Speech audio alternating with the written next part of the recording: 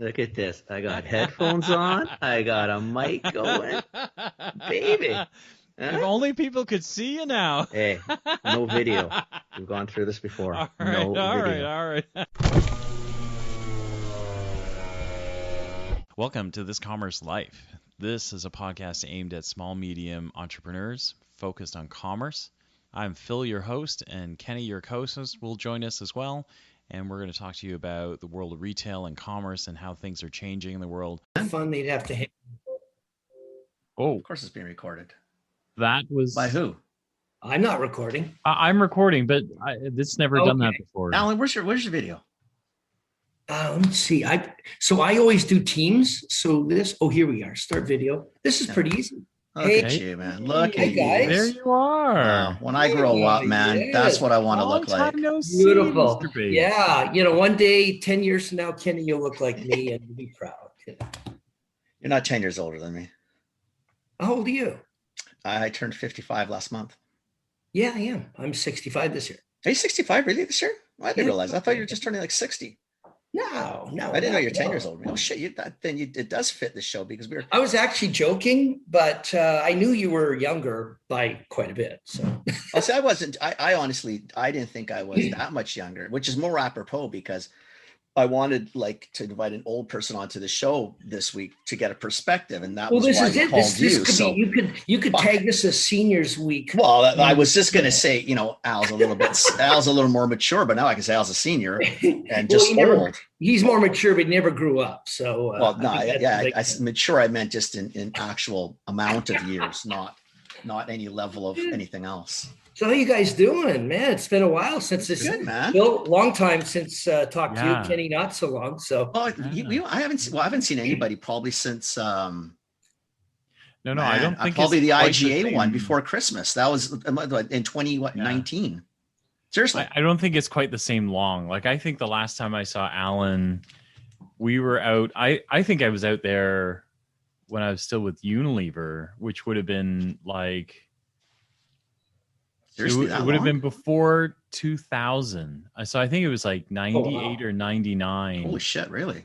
Yeah. oh man, that seems like a long time. But we've communicated though. I mean, We've talked for sure, but I haven't actually seen you in face to person. face has been a while. Yeah. Oh, you look good. You too, Kenny. Hey. Yeah. Awesome. Yeah. So Is what it is, baby. So it's good yes, as it gets. it is. Yes, good it as is. it So gets. how's everything going? This is kind of a neat format for you guys. I heard the Bailey podcast. That was kind of cool. But I really don't know much about what you guys are doing right now. Yeah. It's okay. This Nor is- do we. Don't worry about This it. is it. So basically, you didn't prep? You didn't get the notes like you're supposed to have this all. Jesus. There were show Man, notes. Bates, you and haven't there was- changed anything there's, since I've seen you last. Nothing. Get organized, man. Telling you, man. Yeah. Jesus. I know. What the hell's Shaving going me. on? Yeah. Okay. Let me. All right. Okay. Yeah. Shuffle some papers or Yeah, you got a I got some notepad. notes. I got Atta notes. boy. That's good. Take some notes. Ideally, you should take them before the call, but that's Yeah. okay too. Exactly. Well, that's how I got through Unilever. It was by ignoring the notes. I think that's how we all got through life, period. I mean, Phil and I laugh because this is about as prepped as we ever are anyway. Yeah. We tell people, we get people who come, oh my, okay, so do I have to do, what do you want me to do? Do I have to read? We're thinking, if you start reading too much before, we're going to look stupid. Don't do that. Just I don't do anything. show up, man. You don't want a preconceived notion if you want Oh. everything to be organic and Show real. up, man. Just show authentic. up. Exactly. Show up. So how did this happen for you guys? I know we're going to talk about my stuff, but Well, it doesn't matter. Talk about anything what you want. spawned all this? We Kenny and I've called on Kenny every now and then, Well, not moons every ago, now and then, moons ago, long 2 time or 3 ago. times maybe in my Yeah, entire career, tops. right? And then I don't know, You were coming to Vancouver. 4 years ago, I was out in Vancouver speaking at a retail event. Okay. And then I just pinged him and said, hey, listen, if you're around, I just want to catch up and see what's going on. So we met at the coffee bar, started yakking. Yeah. And it was really fun. We were there a long time, I think, right? 2.5 hours, maybe 3 hours. Yeah. So we yacked and then we said we should do this again. And No, we. No, well, no, we both said we should do this again. Nobody But he else. said, Somebody Nobody. suggested I don't know what this means. We don't or have to. We how. don't have to tell. We don't have No. to say who suggested it. It was suggested. Yeah. And then, What he so, suggested, it wasn't we should do this again. Oh man, this is really good. We should do a podcast. yeah. That's how it went. I thought, Yeah. okay, I don't know what a podcast is. Right? If you're expecting me to do this podcast, it's not going to happen in our lifetime. So unless you're doing it, I have no idea what the hell we're doing. Well, Yeah, so anyway. so That's Phil's the more true story. So Phil is the technical guy in all Those are this? brains. Okay, yeah, that's good. It's all right. You I just show up. a different. No, you got different kind of brains. We have different skills. We have different skills. Yeah. Yeah. So we've been doing this. This is 180. Yeah. 180. You'll be 186, I think. Yeah, it might be something like that. 186. Wow. Yeah, something okay. like that. Yeah. So we haven't actually missed we haven't missed a Monday night or Tuesday night publication yeah. since we started, which was Yeah. November or December in 2017. Yeah. 17. Oh, okay. Crazy, eh? 3.5 years almost. Wow. Yeah. Oh, Yeah. wow. Yeah. Like seriously, all we do, buddy, this is it, man. This just so you don't get, blown away that you think something's going to happen. This is as good as it gets, man. For the next hour, this is it. No. I've already seen that you two are the Joe Rogans of Joe Rogan. grocery in Canada. Or, Yeah, we're, my okay. God. Well, I'll take that. Sure, we why not? accept. Yeah, well, why not? Except we got to split you in half. Yeah. And that's Yeah. okay too. That's all right. Yeah. That's exactly. probably what's helped. The 4,000 kilometers between us is probably what keeps us together. Oh yeah, you're out in Toronto, right? Yeah, I forgot yeah. about that, Phil. Yeah. Yeah. That's why the recording times are funny, right? Because we usually record 8:00 Thursday nights, our time, Alan. Alan's in BC for those who are. I mean, we're going to introduce Al, so nobody knows who Oh yeah, anyway. should probably do that in a minute. So this is like 10 o'clock for Yeah. Phil. Usually we record 11:00 Phil time, Yeah. and we finish usually about midnight Phil time. Yeah. Then him and I chat for another 10-15 minutes. So Yeah. Wow. Okay. for him, he goes to bed and I just go to work. Yeah, it's all good, man. It's all good. So are you a night owl, Phil? Like what's with Yeah, that? I pretty much just don't sleep. Like I'm in bed. Yeah, I don't know. I sleep like 6 hours ish, give or take. Well, you must have so young kids or what? What do you attribute that to? No, man. I'm not far behind Kenny. I am. Yeah. I got a 19-year-old. I got a 15 and a 13-year-old. Oh, okay. Yeah. How old I'll yours, hold Kenny? this face. 25, Like, 24. Gene it'll stay like this until one day it'll just go, and then I'll be like 1,000. You years got a old. good 30 years. You're going to look Well, this. that's like my girlfriend. So yeah. So she's Yeah. This I don't She's control 12 any of years this. younger, This looks- just stays until it doesn't Yeah. stay, and then it's gone. Yeah, She's You know, 12 so- years younger. She looks 20, and then Exactly. She'll look 20 yeah. for 25 But more she years. says I'll it's be a never wrinkled gonna prune, change. You know? Yeah. Yeah. There's no. Some people age better than others. Oh, you know. Some groups of people age better than others. Yes. Yeah, Yes. I'm definitely not part of that group. Yeah. Same here. Yeah, no, not going to Yeah, happen. So. exactly. Exactly. So we have Alan Bates on tonight, and the listeners are in for a treat because Alan. Well, now you know he's 65, right? And he has Shouldn't have been let that out. around the CPG industry Oh my God. forever. So I met Alan, I don't know, pre-2000, so somewhere between 98 and 2000. And he was already around them, well established then. And Alan's kind of a fixture in CPG and in Vancouver in particular. It's kind of funny because when I go, like in the old days, I'd go places, and when there weren't a lot of Asians around, when there was an Asian around, they go, "Oh, I know a Chinese guy. Do you know that guy?" Go, "Yeah, of course. I know all the Asians, right? Like, what's his name? Bruce Lee? Yeah. He's my cousin, Becky right?" Chan. But the funny thing is, in CPG, if you said I was in Vancouver, they go, "Hey, I know a guy out there. Do you know Alan Bates?" And everybody would say the same thing. Like it was. He's just been around a long time, right? I mean, I think I met Alan about the same time you did. I moved into the office, I think in November 99. So I probably met Alan in November 99 because he's always probably in the was building, around right? there. Somewhere in there, right? Yeah, like after World War II, Somewhere, Jews between the Korean and- conflict and the Vietnamese and conflict, we it was somewhere came in there. home from the war, Yeah, and yeah. there were no jobs when I got Yeah, out. it was something like that. I don't remember. The details. We lost them. It's not a big deal. Exactly. It's all good in the hood. But I'll tell I you what. remember I remember when I was out there. I was out there because London was opening a new warehouse. Oh, okay. Yeah. Does that sound about right? Like Mhm. like late 90s, just before 2000, they were Yeah. opening a new And warehouse. when did they move? When did you move to the new building, Ken? Oh Kenny? man, I'm trying to think. I was in there. I was in there in '99. We were already there. I Yeah. think Okay. we were in that building. Oh shit, we had to be in that building for at least 5-6 years prior to that. Because we used to train, Okay. remember, in Alder Bridge, whatever that Alder something, up by the mall there. I don't remember, but it's got to be mid Oh, '90s. They must have moved in there. wow. Yeah. See, I'm that old that I was in the old building. So I got trained in the old building, so okay. I'm not that, again. That's why I said I'm not that far behind you. Yeah. And plus, I was Yeah. with them a long time too, which was interesting too. Yeah. So But back to Phil there, the that DC was state of the art at the time. it was So big too. yeah, Big. Yeah, it I was remember. huge. Never seen Yeah. anything like that out here. No, it was crazy, man. It was, Yeah. Yeah, but you're dating yourself on that one too, Phil. That does go back. That's got to be somewhere in the mid '90s, I would assume, yeah. right? Where they would added the extension to it, so it's got to Yeah, be yeah, somewhere yeah. in there. Wow. Yeah, Wow. So, Yeah. I don't know. Craziness.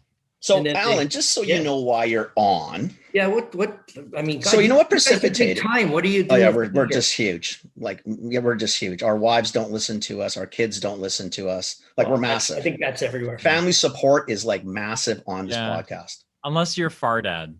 Yeah, then Fardad, you know what? Then everybody wants to listen to it. Everybody loves Fardad. Okay. But other than that, we have no family support. So we're not that big, but we're getting there, right? Yeah. No, But what it's we good. thought is why it was funny. I think we were talking about changes in the industry and particular changes as you get older, where, you know, Phil's made some changes. I made a pretty big change 4 or 5 years ago.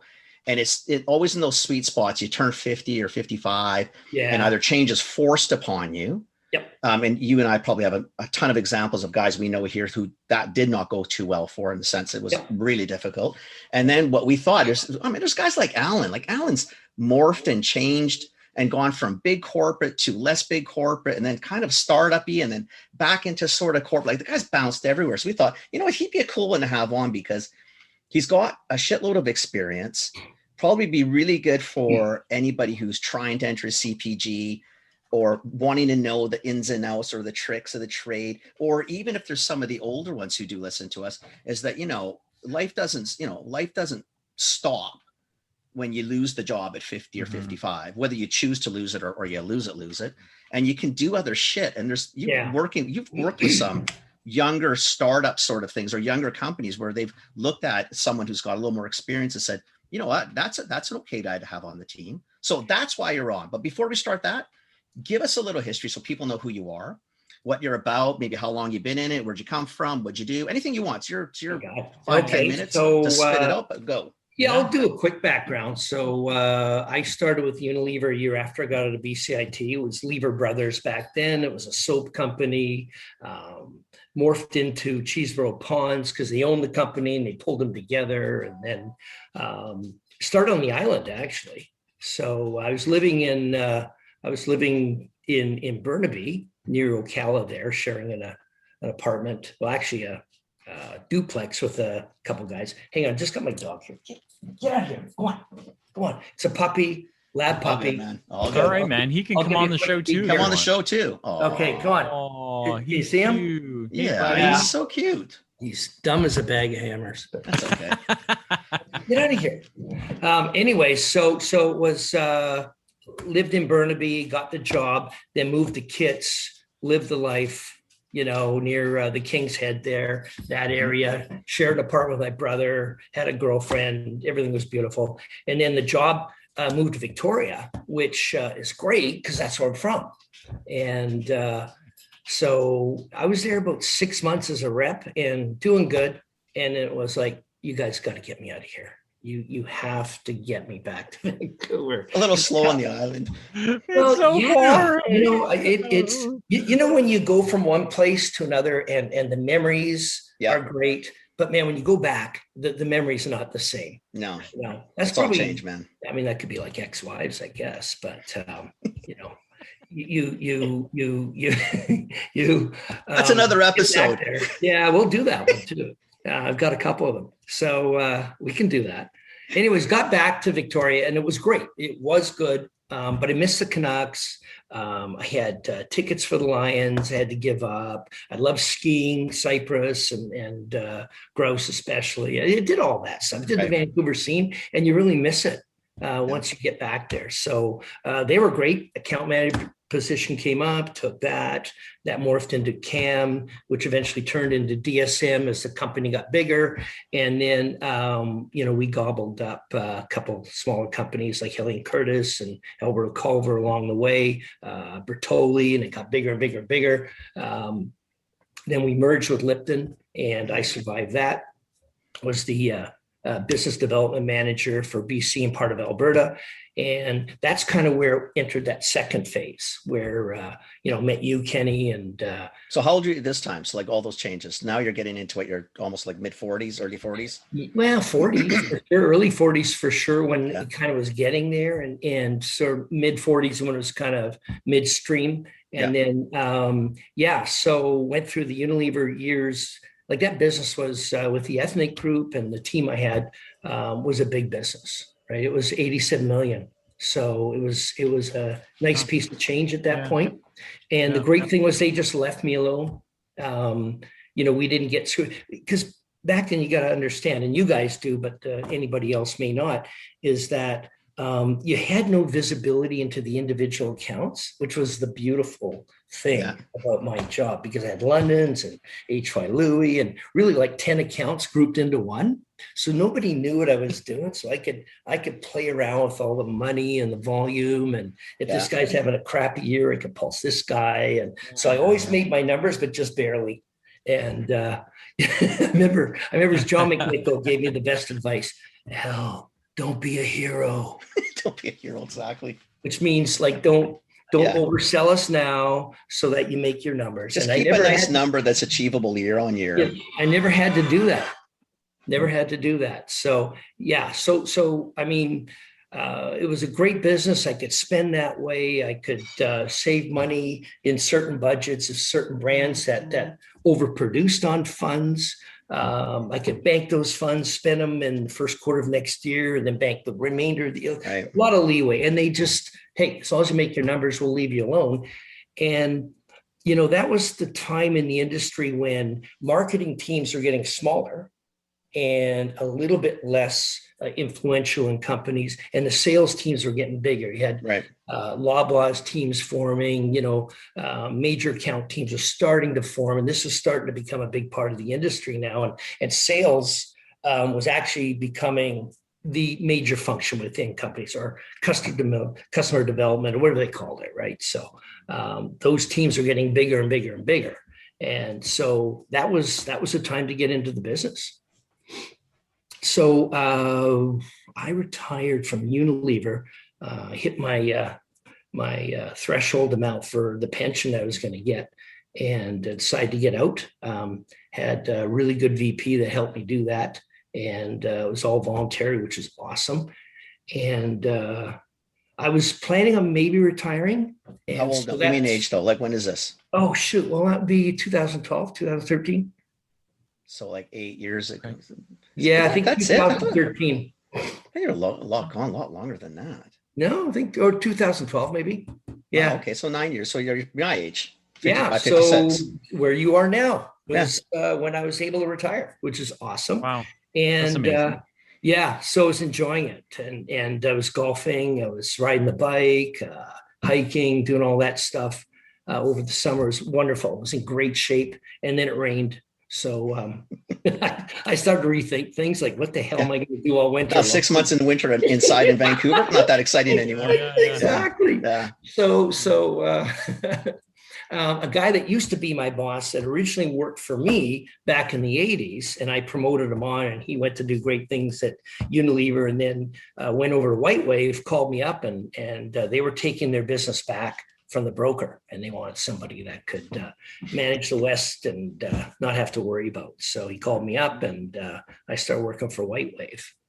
So that was great for a few years, and then Danone bought us. So now you went to Danone, didn't you, Phil? I did. Did you spend time there? Yeah. I built their Walmart business. They didn't have any Walmart business so I was there 04 and 05. So I did teach the French about Walmart. It was fun. Yeah, no, that's those are little opposite ends of the spectrum there. Oh yeah. So then Danone bought White Wave. Okay. Yeah. Okay. So wait, so that was part of the Danone, like the consumer division. So out of Boucherville. Yeah, exactly. Okay. Yeah. So White Wave was a pretty big company. Yeah, exactly. So we were plant-based, right? Yeah. You can edit some of this stuff out, can't you, guys? No, we don't typically. We just go completely on it. Oh, okay. All right. No, it's okay. You say what you wanted. You say what you want. Don't worry about it. I mean, our families won't hear it, so don't worry about them. Yeah, that's true. Nobody in my family will listen to this. Exactly. So, whatever. You know what? You're right, Kenny. So anyways, Danone bought us a couple years later, and because they wanted to get in plant-based. I mean, their yogurt, their dairy, they wanted to get that on the side. You know, they knew that plant was getting bigger, and I think it was a good buy on their part. Yeah. So they picked up White Wave, they picked up Vega in the process. And they wanted me to stay a year and a half to 2 years later because they wanted me to pull together all the Western accounts ex Save On Foods into kind of one business unit that sold yogurt and sold plant-based at the same time. And they were awesome. I mean, they treated me great. So they let me do what I want. I picked the guy I want to help me out. And then really he was a yogurt guy. I had to teach him about plant-based. And, you know, we did that for a couple of years. And then, you know, basically handed it off to him to take over. And that's when I left. So that was awesome. And so that's when I really thought I was going to retire. But before I had retired from Danone, a buddy of mine was in my equivalent position back east with White Wave. He'd gotten out of Danone and said earlier than I did. And he'd said, look, I'm going to find a brand or small company and I'm going to manage it. And I want you to manage the West. I don't know what it is yet. So I said, oh, yeah, sure. Okay, I'll pick up the phone, right? So, yeah, you're like, right. Sounds good, man. I'll talk to you in 10 years. Yeah, exactly. Sure, whatever. So I mean, that was January of 19. And then, he called me just after to remind me, and he was looking at this brand called Remedy, and he was going to bring it in. He talked to me, and it's kombucha. I told him I hated kombucha. I think it's disgusting and all that stuff. So, but he said, look, it's a different product. Won't get into it now. You know, let me nail down my deal, and then I'll give you a call back. So, when was it? It was early March, I guess. Let me just think. Yeah, it was early March. I was in Hua Hin, Thailand, and about 3:10 in the morning, the phone rang. And this was Stefan's big pitch, right? He was going to tell me about Remedy and try and get me on board. And I just like, oh, dude, come on. You know what time it is? And where are you? Thailand. Oh, sorry. Sorry. Yeah, sorry. So we did a phone conference next morning. It sounded good, but I was still enjoying Asia and thought, okay, when I get back to Canada, just have some samples waiting for me. We'll see what happens. So I got back and my daughters already tried it. So it was fantastic. And they said, look, this is a great company, Dad. You got to work for them. I said, no. Hold everything here. Let me taste it. Okay, it's good. Looked at the can, sugar-free, shelf-stable. Okay, I can do something with that. So then I went down to Nature's Fair and I picked up all these samples of the competitive product, brought them home. The kids did a blind taste test. Remedy passed. I thought, I can do something with this. Kombucha's on trend. Okay, I didn't like it. This one I like. And so we had it. We had an offer pretty quick and went to market like probably 3 days later. Wow. That's the story of how it started. And then, so we've been going about 2 years now, and it's gone from we had nothing,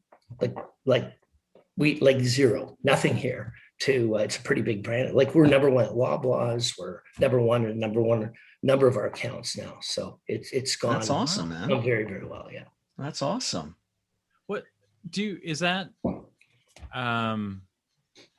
Do you think the strength of the brand is the taste, or do you think it's the sugar-free component, or it's kind of a mix of the two? Probably the shelf stable too doesn't hurt if it's good. Yeah. Well, you're right on all that, because the taste is amazing.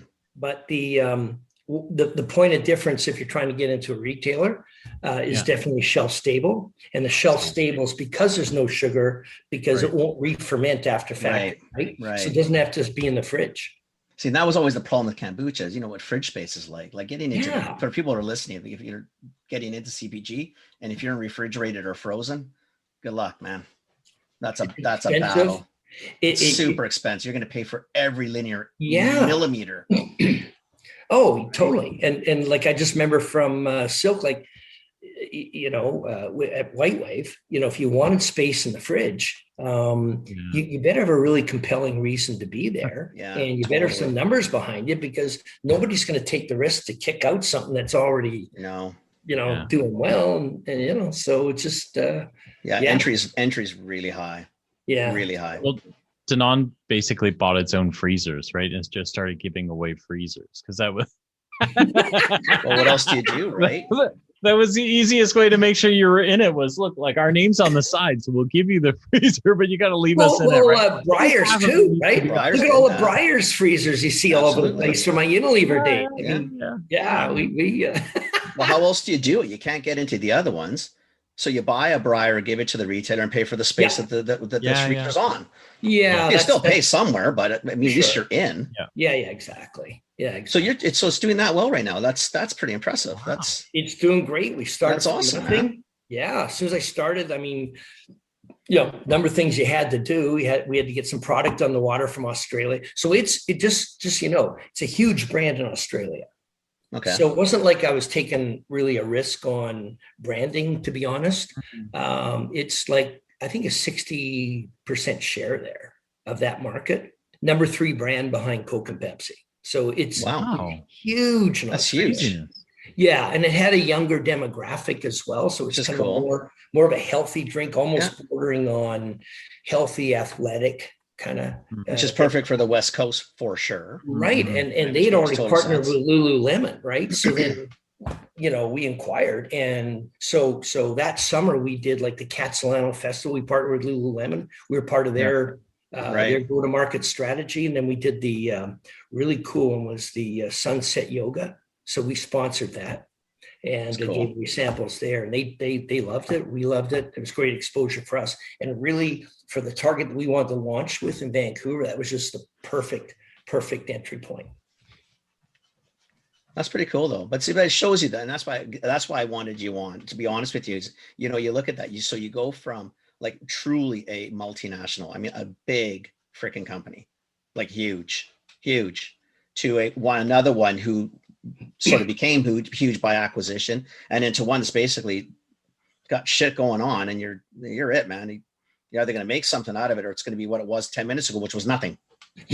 Right? But you know what? Like the Unilever guys, you learn by doing, right? So when Unilever just lets you go, and you can kind of do whatever you want, which they let me do for 15 years. Yeah. That's a pretty good advantage to have, because it's just, you get so many of these mental trial and errors that come to mind later, right? What worked, what didn't work. And so, that's really where you get all that you could take to a smaller level at White Wave. So White Wave is kind of that step down.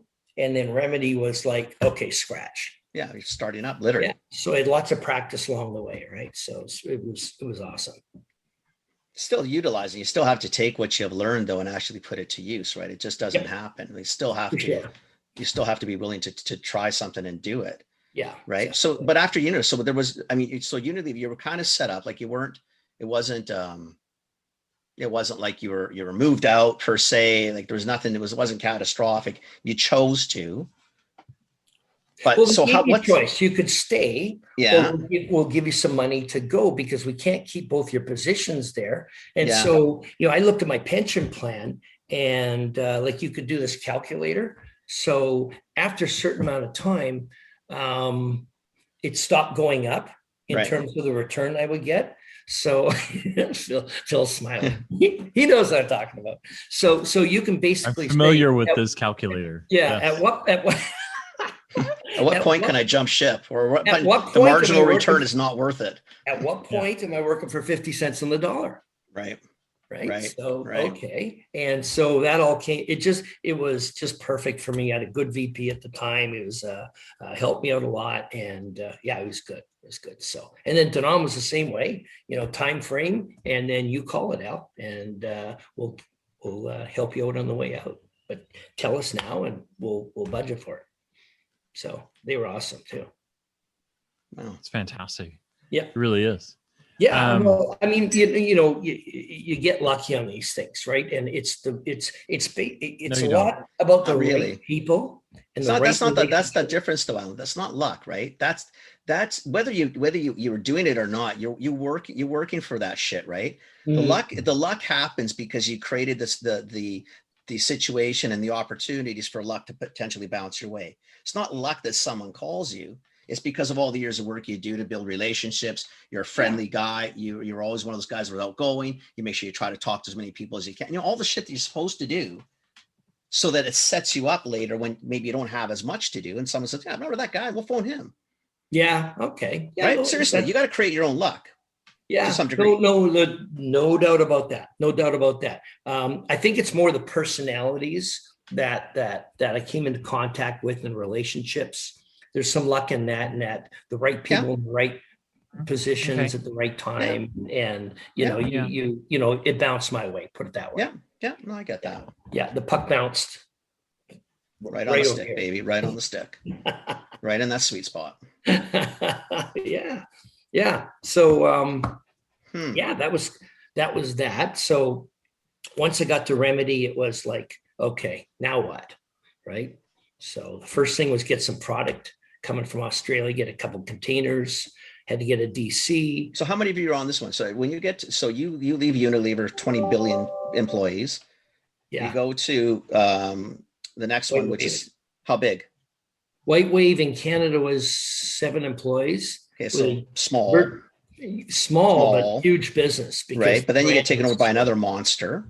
Yeah, and then Denon comes in, lots. Right. Yeah. And then you go to this one, and how many? The 2 of you. Yeah, there was the owner. So the owner of Remedy Canada, really smart guy. He was he's brother of the guy who originated the company and built it up. Okay. And so him and his wife they were in Canada already, actually. He's Australian. And so they created Remedy Canada, I think, in January of 19. And then I got in April of 19. So yeah, they were just like, hey, let's see what we can do in Canada and build it up. So basically the 3 of you. Happens. Yeah, it's just a startup really in Canada with a good brand. Yeah. So once it's a smart move adding a guy like you. I mean, it's still ballsy though for you even. That's you go from 50,000 people and resources everywhere to, you're looking around for the help. Well, look in the mirror. That's that's it. That's a staff, right? In the West, that's what it was. So I had to do the marketing, did the ordering, look for DC, look for a distributor, got listings, built a demo team, did all that stuff. Sounds so easy, eh? Oh man, sounds so easy. I got kind. Like honestly, that first summer, like that May to September, there wasn't a weekend. I never had a day off, and I mean, we were doing demos every week, and we had a couple listings. We finally got a distributor, which was easier said than done. I was really surprised how tough it was to get a good distributor. Yeah. But once we got that, and we had product in the water. What's that? Why is that? Like, why was it? Because I feel like the same proposition that flies for retailers would fly for a distributor. You'd think they'd see it faster than the retailers, no? Dude, I'm telling you, I thought the same way. I couldn't believe it. I actually started to doubt myself a couple of times. Like, am I over believing in this product? I don't get it. Shelf-stable can. What? Shelf-stable kombucha. Like kombucha, Vancouver. No. Forget the kombucha, right? Shelf-stable can packed in, what are they, 24s, I think they are? Sugar-free. No, but if you're a But that was distributor, big. all you That gotta was- worry that about was is really- like shelf that was really- stable. There's nothing to really like do. cases of 24. Like what? Like, what do you have to do? No. And the category's on fire. It's not like you have to I'm go. not going to mention names. There was a number of them. They were like, I'm Really? putting the proposition across. Their questions were things like, where do the coconuts come from? From a And- fucking tree. Who cares? What? Like, seriously. Don't worry about them. They fit A the tree, case a with tree the somewhere in cans. the Who fuck tropics. cares? They bounced into the stupid bottle. Who gives a shit where it came from? Make sure the carton doesn't let the coconut roll out of the box. Who the fuck cares? Like, dude, all you're doing is all you're doing right now is repeating everything I thought at the time. And I remember I brought my That would make me owner lose my Dan to one of the meetings. He goes, "Geez, Alan, I don't know if any of these guys get it." Apparently not. If they're worried about what the coconut came from, Yeah, it's a sustainable farm in the Philippines. We're sure of it. Don't worry about it. There's no kids picking the coconuts. Not this week. It's organic. We Get the hand milk labels every here. kangaroo. And you Don't read the worry. label. That's awesome. So they really, truly. So you're in a city like ours. Yeah. Because Val and I are both Vancouver. So you're in Vancouver, West Coast. Yeah. Typically on trend, maybe a year behind California, and I'll like fill in his people back there that are 4 or 5 years behind trend. Like, we're usually right on trend. You're right on Yeah. that. Maybe So not 4 every or 5, maybe buyer- 3 or 4. Every distributor should know what kombucha is, and they all know it's a pain in the ass because it needs to be refrigerated. It's Yeah. not an easy commodity. So you come with a Yeah. sugar-free, shelf-stable, and have problems. Look at a couple of distributors already had kombuchas. A couple didn't. And then a good friend of mine, Jason Nickel, he just said, you got to go to Star Marketing. So I went to Star. Yeah, Randy and those guys, Kyle, they're good guys, man. Yeah, They're good Kyle, guys. John, Randy. Yeah, So they're all good guys. I met with Randy and Kyle. Yeah. And they're sitting across from me, and I brought cold samples, and I just gave them the 30-second elevator speech, and they tasted it, looked at it, and you could just tell the lights went on. They got it instantly, and and then they confess that they actually both make it at home, or they try and make it at home. Yeah, and John actually almost burnt his house down, apparently. But Yeah, they did have the experience families are with it. super happy that you're supplying them with kombucha, right? Like, well, it's right beside making kimchi, right? It's like the whole house is gonna stink. Like, you might as well be. yeah, Not exactly. good. So I think that's why I got listed, because they didn't want to make it anymore. Hey, listen, whatever it takes. Yeah, exactly. Yeah, but you could tell they got it. Like the lights went on, and I'm really surprised that was. See, because you never told me this, right? I didn't realize it was. Like, I mean, just the shelf stable part is like the kicker. Yeah, I mean, you can't don't have get to do past it. anything. Like But- shelf stable, packed in 24s. What What else more do do you you want, right? And then you add the bonus pieces. It's sugar free. It tastes like amazing, And you everybody can knows put it. Every other like hipster, bespoke, I know, custom, multiple height jar. I know. kombuchas, Well, you put it- can put chuck it them this all to way, the curb, guys. right? Like, I've had a few phone calls since, just so you know. I'm not surprised. All of a sudden, you might be relevant. Yeah, wow, surprise, eh? Yeah, they filled up. Hey, Alan, did you realize kombucha's hot? Did you know that? Well, There's a market. Especially the ones that already carried kombucha. That was the one that blew me away, right? So, And I don't understand why they went to it's if one, you're not, everybody else was in the fridge, so you're not competing. Really, and if anything, your category growing. Well, I mean, it's like what you and I used to talk about all the time. we're You're growing the little- category. we're in the fridge, but I mean, we have Never. a 4-pack. If you go into They got a 4-pack. lot of counts now, we've got like pallets in the store in front. Nobody else can do that, right? I And guess knew because that. what the hell? It's so easy. And you know who else knew that? Star knew that. And so we had a deal in 15 minutes, and it was all over. Like, we're doing it.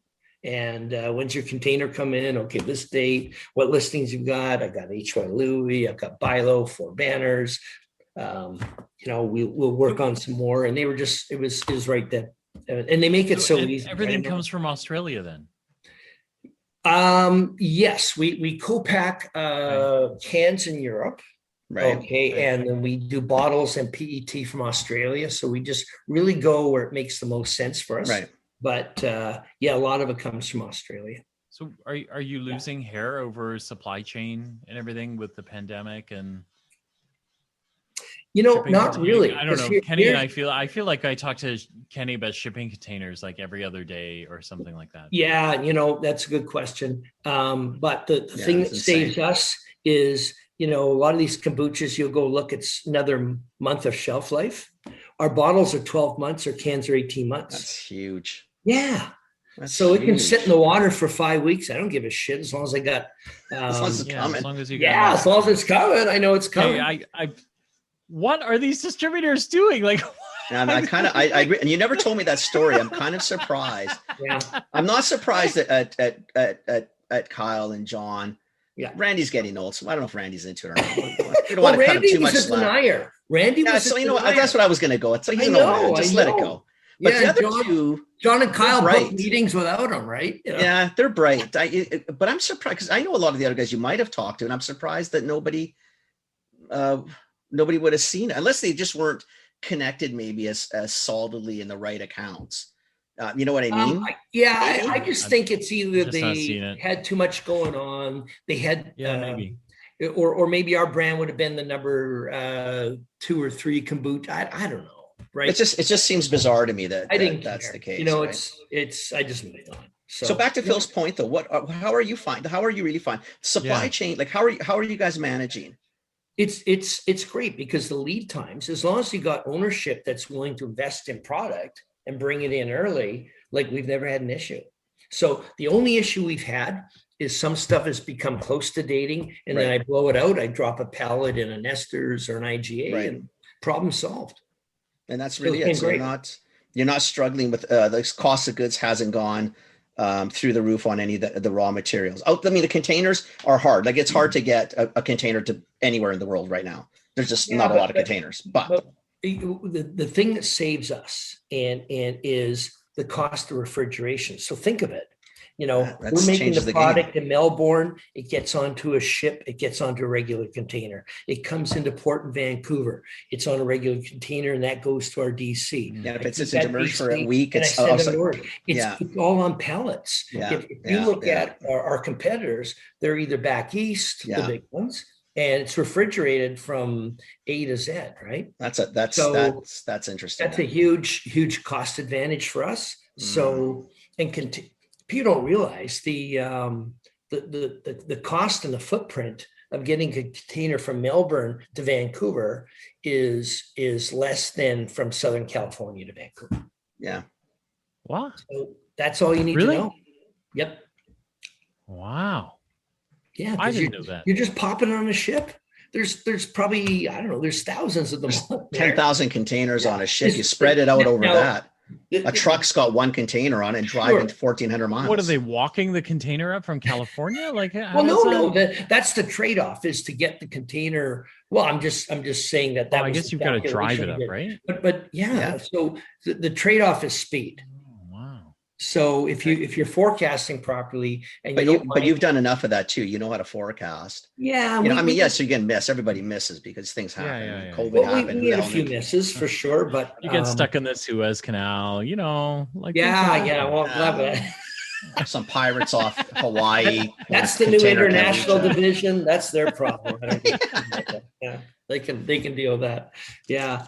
No, but if the trade-off, if dating isn't an issue and you can wait 5 weeks, it's not that big a deal. You don't mind stocking up and hanging on to it. I mean, the cost of money is low. So why not do that? Right. True. Yeah. So it was perfect for us. And I only make the Southern California connection because it's the perfect example of a trade-off for speed and cost. Yeah. Mm-hmm. Yeah. So I'm assuming those are similar issues with cooler stock going from, say, a Montreal or Toronto to Vancouver as well. Yeah. And that's got to be refrigerated at every step along the way. So that's a problem. That's expensive. That's an advantage. Super expensive. Right? Yeah. I guess, yeah. I mean, and again, that's why I'm kind of still stunned that even on a distribution side that you wouldn't tune into that. You either got a product that you have to literally burn and churn in 4 to 6 weeks max, or you know what? Okay, so you had a shitty month. We got 11 left. It's not going anywhere. Like, Well, not only yeah. that, 11 left, and we can throw it on the floor of a store and Exactly, anywhere you 15% want. off, you know. Well, you got outs, right? That's just it. Like it's you got an out. It's Yeah. all right. So it's short dated. How much dating? 4 months. Okay. Yes. Manage Believe that. me, I was doing all those. I had all those thoughts in my head as I was going through this. But Star came along, was perfect. They totally got it, and we just like committed. Wow. Right. And That's good because Phil and I talk about that too. Like you finding Yeah. a good distributor, and Star is definitely a good distributor. Man, does But it make a it just difference? changes the game, right? I know people think, "Well, I Yeah, want to go yeah. direct. I want to sell direct. I want to sell direct." A lot of shitload of logistics, and it's so much. It's a pain in the ass. Yeah. Now your AR and your logistics, and Well, we've got kind of a hybrid model with them, which is even better that they're flexible in this. So I do most of the head office stuff, Yeah. and then I let them where they're dominant and have that relationship. I let them go. Like Save on Foods, I don't know who that person is. I didn't know. I know her now, but you know what? Star do such a good job there. I don't care if we're saving. If we'd save some pennies taking back the business, I'm never taking that back. They can have it forever. They're doing a great job. We're selling a shitload of 4-packs. Let it go. You want that, right? Yeah. So and their retail team's very good too. So Yeah. I was surprised at that. They're good. And So are you finding now any competition coming into your space? Or has it slowed down? There is somebody locally in the interior that's getting into it. I've seen some product there, but other than them, I haven't seen anything really. There's Remedy's had a lot of time to perfect this, right? So the thing is, like, you have to brew all the sugar out and get the flavors just right. That's not the easiest thing to do. No. They also do these massive quantities. Like Remedy produces 1.5 million units a week in Australia. Oh, shit, that's a lot. That's a lot, right? That's a lot. That's crazy. But they still maintain. They do all these little batches, and then they've got 3 teams of 2 R&D guys that go around do testing full time. Each has an 8-hour shift, and that's all they do. And so it's an incredible process. It's unbelievable. It's just a really cool company. Is this just a bricks and mortar play, Alan? Or there's an online play in this? Have you guys been able to do anything with that because of the shelf stability? You guys are online, right? Like, We've actually got a pretty good little Amazon business going. I mean, it just lends perfectly too, right? It's not a 4-pack's not that heavy, no worse than anything else Amazon's going to ship anyway. Right. And the other thing too is we do a little bit of if Amazon doesn't have it, they contact us, and then we'll actually ship it to them either from Toronto or Vancouver. But the other thing I forgot to mention is we have a Rem van driver in Vancouver as well as in Toronto. So we've got a van, we got a guy, DSD. I mean, he's got Square. He just goes around to restaurants, coffee houses, sandwich. How good is and that, he sells man? product. So we've got a lot of flexibility to get product to people. And that was a big part of the operation. That was the cool part of their marketing in Melbourne and Sydney. Well, I think Sydney's got 10 of these things, right? They're just vans that drive around. And if you're that big in the market, buddy, I understand it, but there's not many that would come out here. No, so we got one unknown brand, and still even one though. That's still come on. I mean, this city's not that big, right? That's still. I know. Well, that was one of the first things we had to do. I had to get a driver, and so got a really good guy from Coke. He's just had a great reputation in the business, and he just wanted to change. And young kid. And then him and I went and found a van. Okay, cool. We bought a van, the owner's money. And then, and it was like one of these little transit things. Yeah. And then we had it, what do they call that? Wrapped in all the Remedy stuff. And we're in business. Got him Square, and he was selling. So we just did it. Pretty cool, man. Yeah. See, that's an interesting transition, right? From a big company to. Well, you got to do it all yourself. But that's you've really only got one lineup, right? Like this is it's kombucha. That's it. Good point, Phil. So it's right? kombucha, a little bit of coconut water, switchel, but where the coconuts basically known. It's a kombucha company. Where's the coconuts from? Yeah. Let me hold on. Let me just read the can. Oh, it doesn't say here. It's from who gives a shit? Yeah. Somewhere in the southern hemisphere. Is that good enough? Yeah, tropics. Yeah, tropics. Oh my God. Yeah. Oh my God. Wow, Walmart. I don't know. that's I love crazy, it. man. That's I love it. you know what? Again, what it shows you though is you can do a lot of cool shit. What we would consider later in the career, and not in today, really, it was what we all know. Like 65 isn't what 65 was 20 years ago. Yeah. It's really not. I mean, 65 is like a 45, 50-year-old these days because you can work as long as you want. It's cool. Yeah. Right. Yeah. And you're getting to work with young people. Like it's just, I don't know, you stay alive. Like there's so much cool shit out there, right? Yeah. And just, they left all the marketing stuff up to me. I could do whatever I want. Like when COVID hit, because we're coming off a great year. So COVID hits, like we had events lined up for Sunrun. I bet. The Lulu event. Outdoors. We had the shows. We had a couple like bike fondos. And so we brought in like, I think 48,000 cans to sample to everybody. Like cans like this. Right. 250 mil. So it was like, whoa, none of this is happening. So like the owner's like, what do you want to do, Al? And I just like, well, we're gonna give them away, to businesses that stayed open, hospitals, the police, pharmacies. So yeah, whatever, right?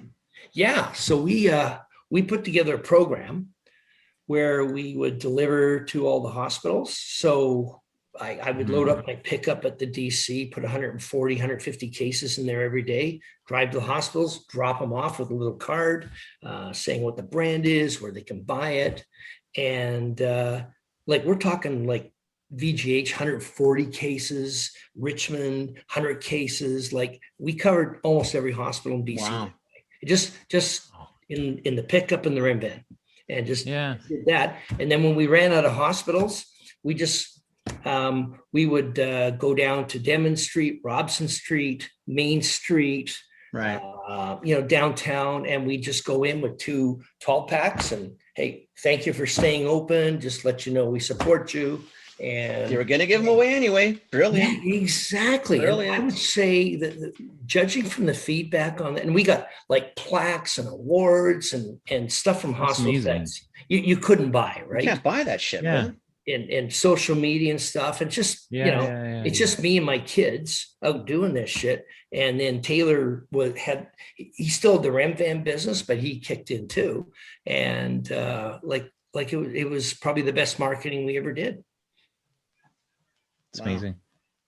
Yeah. That's so crazy. That's crazy. Yeah. How are you finding it now, Alan, with the last couple months when people are trying to comp last year, which I don't know why people do that. I mean, you should be trying to comp 2019, 2020 was such an anomaly, but are you finding business still pretty strong? Oh yeah. We're going to double this year for sure. I mean, we're good for you. Yeah. We keep getting new listings. So it's been a 2-year process. So, we've gone from a small brand, like I say, to probably at the end of this year, we'll be number 1 or 2 for sure. Good for you. It's just the way it goes, right? And as long as you take advantage of all the points of difference. Yeah, the momentum. That's what you have to do now, right? Because you don't know when a strong competitor is going to launch, so you gotta do it all right now. There's no time to wait. So wow, that's awesome, man. Yeah, that's awesome. Good times. Cool. Alan Bates, it is amazing to have you on. It's really nice to see your face. Yeah. Yeah. Well, are you sure? Pretty sure. We haven't done a food section in a year. I gotta tell you, life's good, man. I've been COVID hasn't changed my life too much. I still ride the Harley, still shoot guns, still see my kids. It's all good. Awesome. That's good. Amazing. All good in the hood, baby. Amazing. All right, man. Hey, you know what? I'm going to get you guys some remedy. Kenny, do you still have your shop open on commercial? It's hard because of the stupid the rules, but that's breaking next week. Okay. I've been home since March 12th, 2020. So I would have done one of these. So at the end of the day, but yeah, just ping me. I'll meet you somewhere. Well, you know what? I'm going to get Weeb and Bailey. We're going to go have a few pops. Let's do it. Let's do that. And I'll get you some samples. Phil, offline, I'll get your address. I'll send you some remedy. Okay. Oh, thank you very much. Cool, guys. Very cool. Great talk to you. Great to catch up. Yeah. No, I'm glad you came on, Alan. That was interesting. We're really glad. If people want to know a little bit more about you, or if you want, Yep. if someone maybe has a question, or maybe there's someone is transitioning and says, you know what, he sounds like he's doing really well. Maybe the guy give me some advice. Is there a way for people to reach you? Is it LinkedIn? I guess LinkedIn, although I've been bad at checking that. There's that, or I'll pop the email to you, or you can just share my email. I'm cool. We put it. We can put it. It's up to you. We can put it on the put my email on the website and stuff. Fine. Just sometimes there are people that reach out, especially you might find someone who's sort of in that transition stage of life that says, "Shit, man, look at the guy. He's rocking. He's 65. He's doing probably more work now than he did when he was with Unilever." So it's a good story, right? Okay. Well, good. You're free to do that. So it's awesome. Okay. Very cool. Yeah. Okay, guys. Awesome. Okay. Have a nice evening. Alan. Thanks for coming on, buddy. Appreciate it. Okay, peace. Thank you. Take care, man. All right. Ciao, ciao. Take care, See you. man. Take care. Bye. Well, there you go, Mr. Chang. Man, that was awesome. Yeah, it's cool, right? I mean, He's a great story. Come on. He's got a lot of experience, right? See, but the way he is the way. It's the reason I kind of always liked him. He's got just a different vibe to him. Like he's pretty laid back, you know. And there was times like because the joke would always be the same. So like he said, Weeb, right? I don't know if you remember Daryl. Yeah, Daryl Right? Weeb. So Daryl Weeb, Yeah. Alan. I'm trying to think. There's like a half dozen guys who all had these fucking awesome cushy jobs from these big companies in the West, and the companies would never bother them, right? Because they had, you know, the London, the Save-On, the HY Louis, et cetera. So you were insulated. Pocket. Exactly. Yeah. And they were allowed to do whatever they want. So the perception out east is it wasn't that they were allowed to do whatever they wanted. It was more like they ran a fiefdom that nobody could figure out what the hell was going on. Exactly. And so nobody really wanted to shake the boat. No. Do you know what I mean? Like, but they like, I can 100% tell you that between Weeb and Bates, everyone wanted those jobs, right? Because everyone said the same things, which is, I want to go out west just to learn, and then I promise I'll come back. And then you go out there and you go, "Oh, hell no, I'm not coming back." Like, you had to go back because the Weebs and the Bates weren't going to leave their jobs. Yeah. And unfortunately, as time went on, they didn't replace those jobs either. Yeah. But because nobody would leave, right? Because nobody would leave, and they're like, too. You know, if you needed a number, like even J&J, like phoning a few of us in the West, like, because we could do some decent volume, a lot of the retailers, because we were all regional. Yep. We all had DCs. We were much easier to deal with probably than a lot of the Eastern guys because we all had warehouses. So if a deal came up, we could all take them, crank some numbers, do some cool shit, right? Yeah. He's pretty cool though. I do. I think he's a pretty good guy. He's pretty cool shit, right? Yeah. It's good. It's a good story. I like him a lot. Yeah. Good story. So yeah, he's like, I for listeners, I cannot, I was being funny with like you run into a Chinese person, people ask me if I know them, but if you came in and out of Vancouver, I cannot even tell you the number of times that people ask me, "Hey, I know somebody out there, Alan Bates. You know Alan Bates?" And it's like everybody knows Alan Bates. He's like Cheers, right? Like everybody knows Alan Bates. But he also worked at that too. That's why I wasn't going to let him have the luck thing. The luck thing's bullshit. No, you get lucky in the terms of someone thinks of you, but that's also years of Alan doing all this networking. That's a lot of work. He did all this talking. He was friendly to everybody, like just one of those guys, always out and about, right? So you work for that kind of stuff too. Yeah, you really do. Yeah, you really. Anyway, cool story. I'm glad he came on. That was really cool. I'm glad we had him on. Yeah, me too. Yeah. Okay. That's it. That's all we got. Yeah. That's all I got. I got nothing else. I'm tired. You're tired.